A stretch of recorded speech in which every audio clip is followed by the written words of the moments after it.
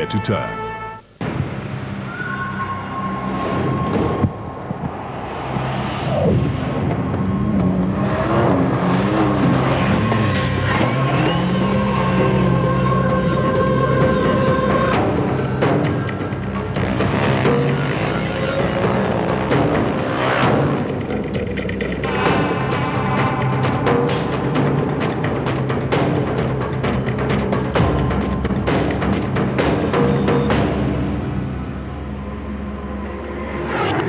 Stage 2 of the Dakar 2009 in Argentina, crowds and dust, the order of the day.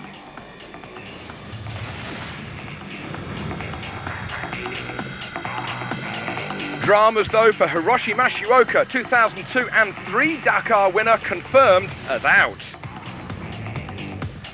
Reigning champion Sil de Prey tries to get back the 40 minutes he lost yesterday.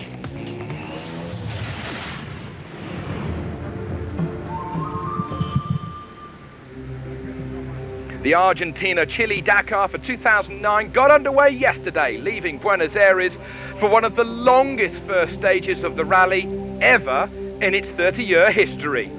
The 371 kilometers of opening special stage was tougher than many thought, with 217 bikes, 25 quads, 177 cars, 81 trucks from 49 countries attacking the stage down south towards Santa Rosa de la Pampa. The Dakar may well have left Africa, but the story of the day was dust, dust, and dust. It was choking.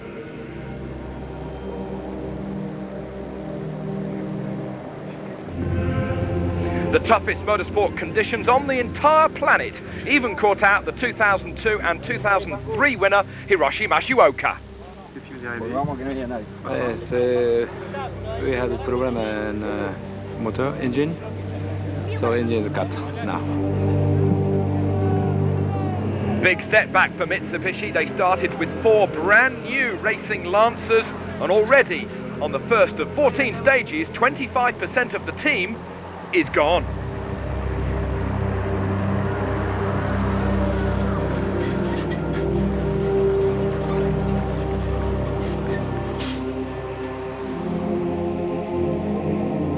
And if it was tough for the works cars, can you imagine what it was like for the trucks, the quads, the privateers? Now they are the real heroes.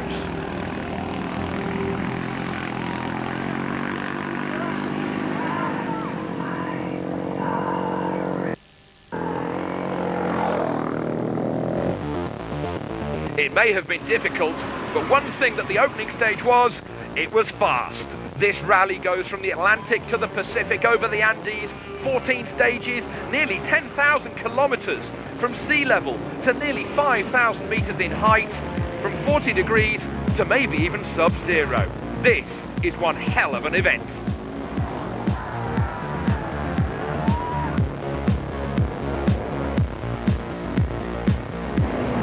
Tout a l'air si parfait.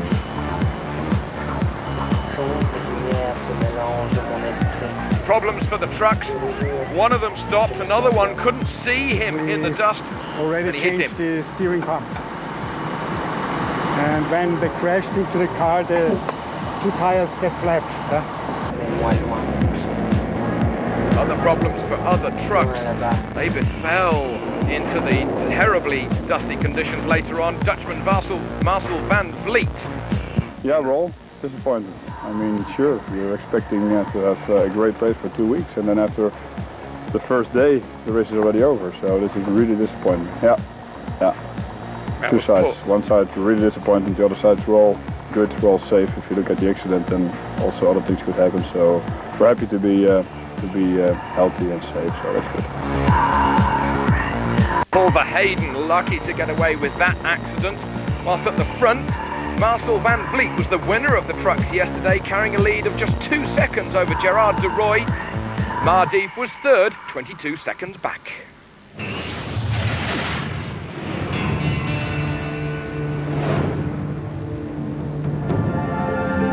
So then, stage 2 of the Dakar for 2009, and we go from Santa Rosa de la Pampa down south to Puerto Madrid. a special stage of 237 kilometres, the longest day of total driving distance in the entire rally, and it's only the second stage.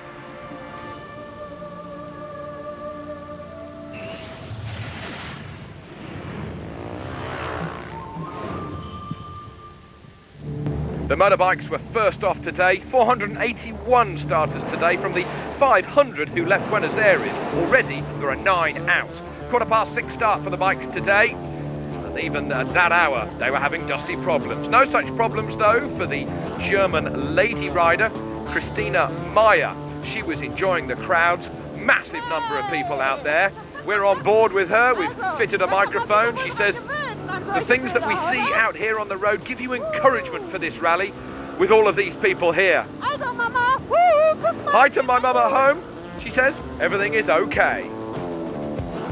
Now then, the drama at the front of the field. Here are 5 riders completely lost in one of the fields. Stanovic, Rodriguez from Brazil, Marchini from France, Winters and the reigning Dakar champion Cyril Dupre. 5 of them stuck in a field, all trying to find their way out. Now the organisers are very, very strict that people don't just crash through the fences. With the helicopters of the TV crews and the officials watching like, well, eagles from above, they daren't cut a way through the fences. Now Dupre had some oil come out of his rear shocker at just 5 kilometres this morning, and that was a big problem for the Frenchman. It threw him over the handlebars, admittedly at just over 10 kilometres an hour or so, but you can see it's damaged his visor, and it also damaged some of his bike. More of that later. But as you can see, the problem here in Argentina is trying to get out of the estate, trying to get out of the fields. Now then, here is Dupre, completely lost, trying to find his way out, and in real trouble. Eventually though, he decided to come to a bit of a slow speed and eventually a halt, because when he went end over end, it not only damaged his crash helmet, as you can see, it also damaged the whole GPS and communication and navigation system that he's mounted right at the front of the bike, right on front of his road book, and that was a problem for the number 1 KTM rider. Elsewhere on the stage, we had other problems. As you can see, they were going over the dunes, they were going over the Pampas. Now here's Dupre, decided to come to a halt and trying to mend the front end of the bike. Losing precious time all of the time, and with no navigation, no GPS, he didn't know which way to go. So no wonder he stayed with the other 4 riders. They were his navigation. Dupre just had to follow. Now here is Frans Verhoeven, the winner of today's stage, the first Dakar win for him. He's now in 2nd position overall. He admitted he was very lucky on the off-road section, but he did well. David Fretenier, the leading 450 rider to date, not a 2-wheel drive Yamaha anymore. He was 3rd today, he's now 3rd overall, nearly 17 minutes behind.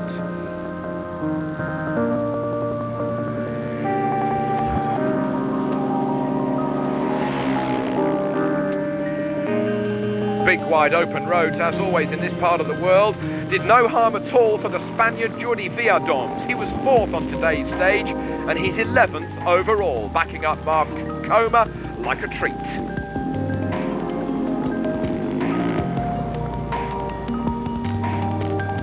American Jonas Street was 5th today. Admittedly though, he was another one who got lost in the longer grass, like many others did. Unfortunately, he's been given a 6-minute penalty, but it's only dropped him 1 place in the overall standings. He's had a good run. Thijs Visser, from a start number of 107, the Dutchman, on only his 2nd Dakar. He had 6th today. The man from near Rotterdam, having a superb run. Now then, what about the overnight leader from Spain, Mark Coma? He split the oil cooler after nearly 100 kilometres in this 237 kilometre long stage. He tried to fix it with some of the magic metal, it's like putty, and then it solidifies to try and keep any leaks in, but it wouldn't cure. He managed to call in at a fuel station, topped up the oil supply, and he managed then to get to the end of the stage. He lost another 13 minutes, but amazingly keeps his overall lead. Jacek Chakor, he had a good run, so did Oliver Setter, 6th overall for the Norwegian.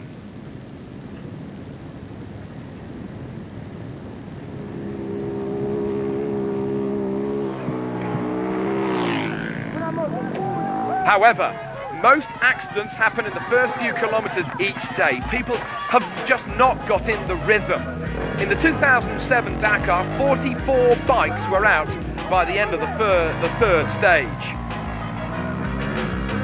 Thank goodness the spectators were out there to help these guys. You would have thought we were still in Africa. Oh no, we're the other side of the Atlantic in Argentina.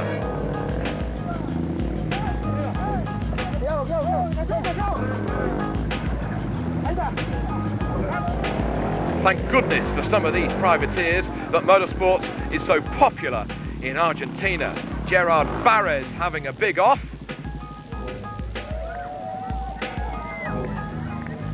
And likewise David Castello having a minor off. But big crashes befalling Pedro Oliveira from Portugal and also Frenchman Cyril Joannin from France. They are out.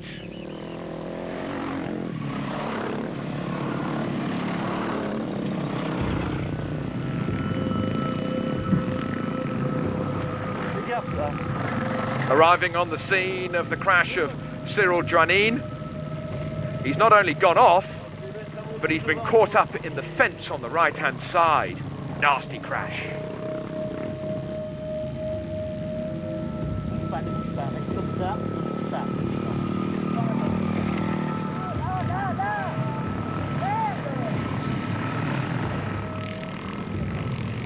Fortunately, the medical crews, as always, close at hand, and Joannin carried away to safety.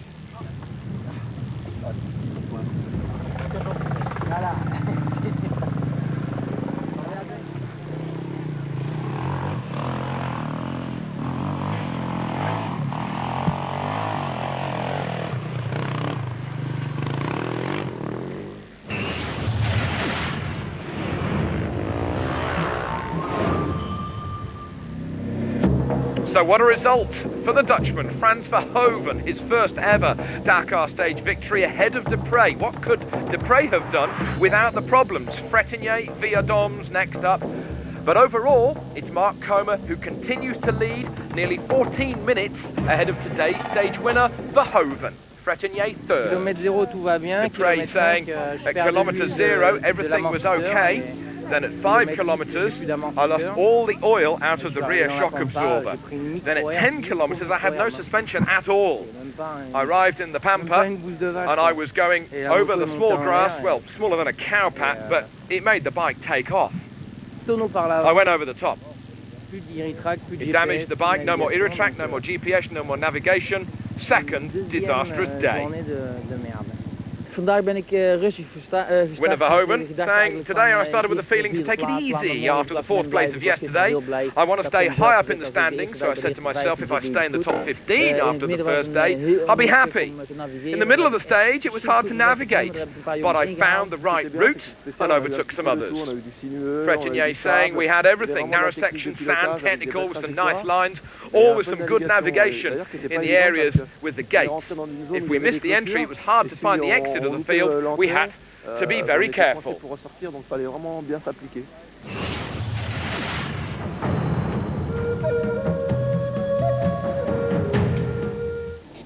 Volkswagen are out to win this year, and there are being no holes barred for the Wolfsburg squad. The Touareg 2 goes into the Dakar with Dieter Depping, Mark Miller, Janil de Villiers and the hero of Spain, Carlos Sainz. Under pressure this year to deliver against the might of Mitsubishi and BMW, reliability is the absolute key. The testing we've seen, you know, that we haven't had any problems with the engine, with the gearbox, you know, with anything that we are using at the moment. So I think, you know, that's good for us for this rally, especially this rally being so long, stages being very, very long, and I think yeah, you definitely will need good reliability. So I'm confident that we have a good package. VW lost out on the 2006 Dakar when de Villiers was leading, so they're preparing like never before for the rally that goes from the Atlantic to the Pacific, and over 9,500 kilometres, from sea level to over 4,700 meters high. The big difference here is the altitude, and because of this we have put the car in a climate chamber to simulate the altitude in the Andes when we're so high. It's logical that the engine gets less oxygen, and we need to set up the car for this specifically with the turbo diesel because it needs more settings. There are over 80 people in the VW team, and they've produced a cutting-edge car. It may not be the most powerful in the rally, but boss Chris Nissen is wise to the traps set in the route.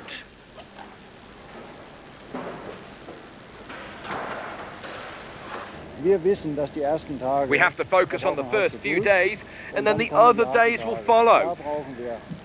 We need a good team, a perfect car, because drivers will have long days, and at the end of these first few days the mistakes will then happen. They can hit a stone or go off the road. It can be hard for the car as well. We all want to do our best to see the flag in Buenos Aires and to make an historic win for the first time on the Dakar with a diesel. Alles tun, was wir können, als eine geschlossene Mannschaft, als Erster die Siegelflagge zu sehen in Buenos Aires und damit den historischen Win, den historischen Sieg als erster Dieselfahrzeug. The team have trained hard at altitude in Switzerland before the rally has got underway. Can they win come Buenos Aires?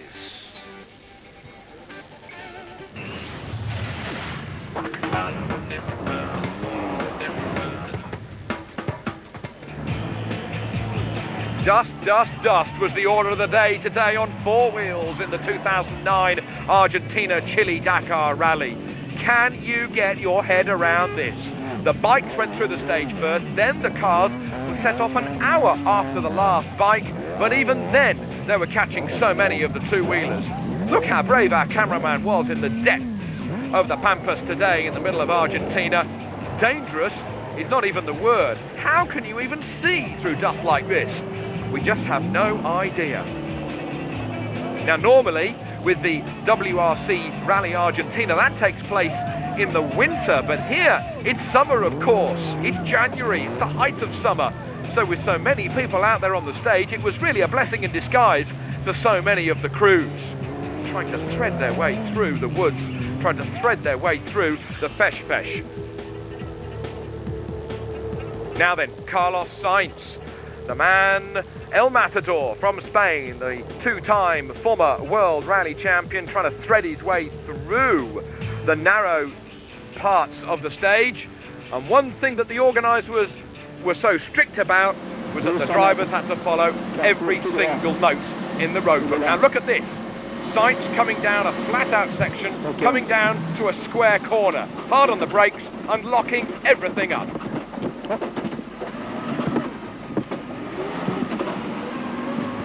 But then he has to go back into his own dust. I can't see anything at all. Turn. Follow the ditch, follow this.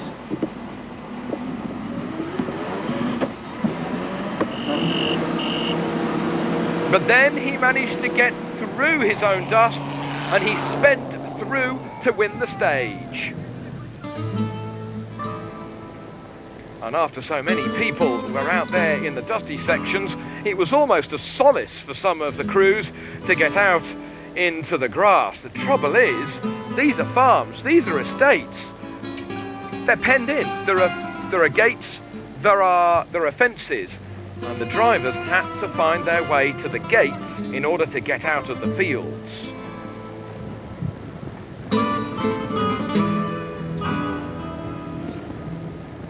So Carlos Sainz taking his first stage victory on the 2009 Dakar.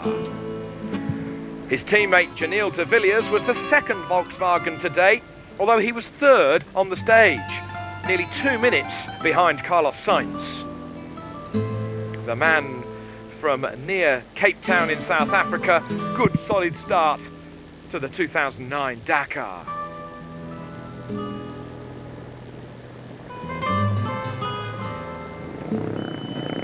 Team Mitsubishi, they're now down to just 3 cars after the loss of the double Dakar champion Hiroshi Matsuoka due to mechanical problems late last night. After 18,000 kilometers of testing and 1 car goes out on the first stage, is this a worry now for Mitsubishi. Well, Stefan Pederhansel, he managed to finish second on today's stage, and he, all importantly, gained 5 minutes on the overall leader at the beginning of the day, Nasser Al-Attiyah. Pederhansel's second overall. Nani Roma was fourth on today's stage. He was nearly 3 minutes back of Carlos Sainz today.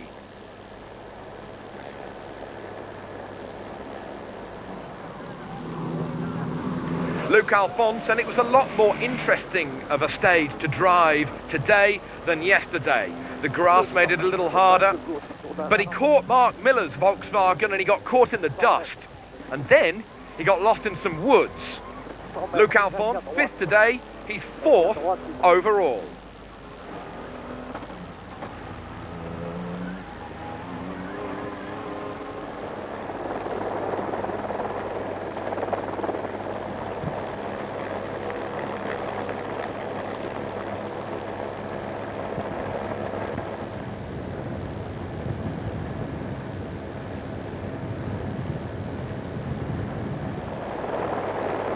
BMW were victorious yesterday with Nasser Al-Attiyah, but young gun teammate from Argentina, Orlando Terranova, was always going to be quick in this part of his home country.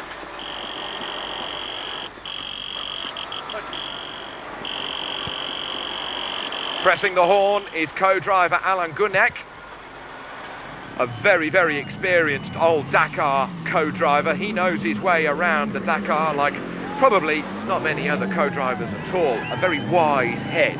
Terranova, hero of Spain. Now then, yesterday's victor, Nasser Al-Attiyah, came into the stage with a slender lead over Sainz. He was playing it cool though after teammate Shisharit blew it yesterday, losing 7 hours. The starting order today meant that Al-Attiyah started first on the road with Shisharit last. Has Al-Attiyah lost his helper? Well, the team boss of BMW, Sven Quant, was not happy yesterday with Shisharit, so there may well have been a rocket put up all of the BMW drivers last night. Al-Attiyah, ninth today, he drops from first to fourth. Here is Shisharit. He arrived in the bivouac last night after 9 o'clock, 7 hours late. He started last and he blasted through the back markers, but he is still 7 hours and 11 minutes behind in the overall standings. Robbie Gordon, has he been caught out? Well, he expected maybe to be a little quicker on these stages, but he's played it cool in possibly the rally's most spectacular car. 10th today, Krzysztof Holowicz, the star of Poland. 6th for Santa Rosa, he's 9th overall.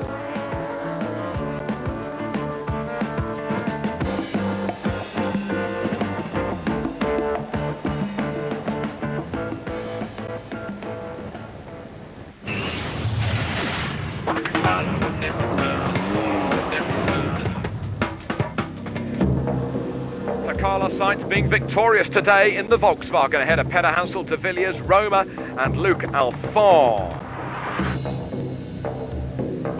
In the overall, Carlos Sainz now leads the Dakar ahead of De Villiers, Pederhansel. Al-Attiyah drops to 4th, Roma 5th. Sainz saying again, we had a very fast stage with a lot of dust. It was hard to navigate because there was an off-road section and that was hard to get the route right. We made a few U-turns, but Michel, my co-driver, did a superb job. Pederhansel saying it was a good short stage, more interesting than yesterday, with a lot of big fesh dust sections. There was some grass as well. We nearly stopped because at times we could only see maybe 2 meters ahead, and the bikes were lying on either sides of the road, so we had to be so careful. It was good from beginning, but we came in one section, we get lost 5 minutes, and we couldn't come find the road, and Carlos and Genil, he passed us, and after we follow him, but after we been in the road, but it's okay, we are here now, and it's still a long rally, and we'll see tomorrow.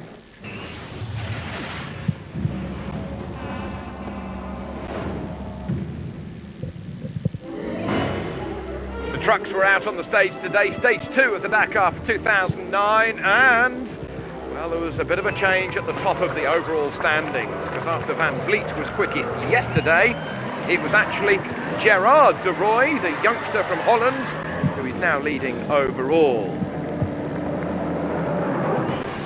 Second, in the Russian-built Kamaz, is Kabirov. Kabirov, an old hand at the Dakar. These trucks, my goodness me, aren't they spectacular? No, they're not carrying anything. There's nothing in that box section at the rear. It's just fuel and a bit of a toolbox and some spare tyres. So Kabirov second, behind De Roy. A few close moments in today's stage. Third is Van Vliet in truck number 509. The Dutchman having a good start to this year's event. And whilst those guys were having a good run at the front of the field, there were problems for the Czech Republic driver, Tomáš Tomacek. He rolled, and it took a lot of horsepower to get him rubber side down.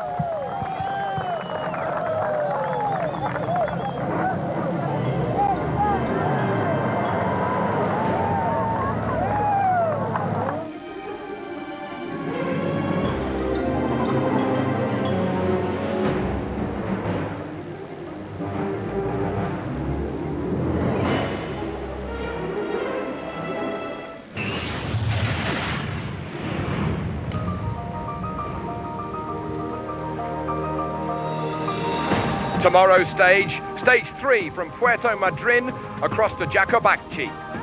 The longest stage of the rally at 616 kilometres. It's going to be a monster. Classic flowing terrain on the Dakar in Argentina and Chile.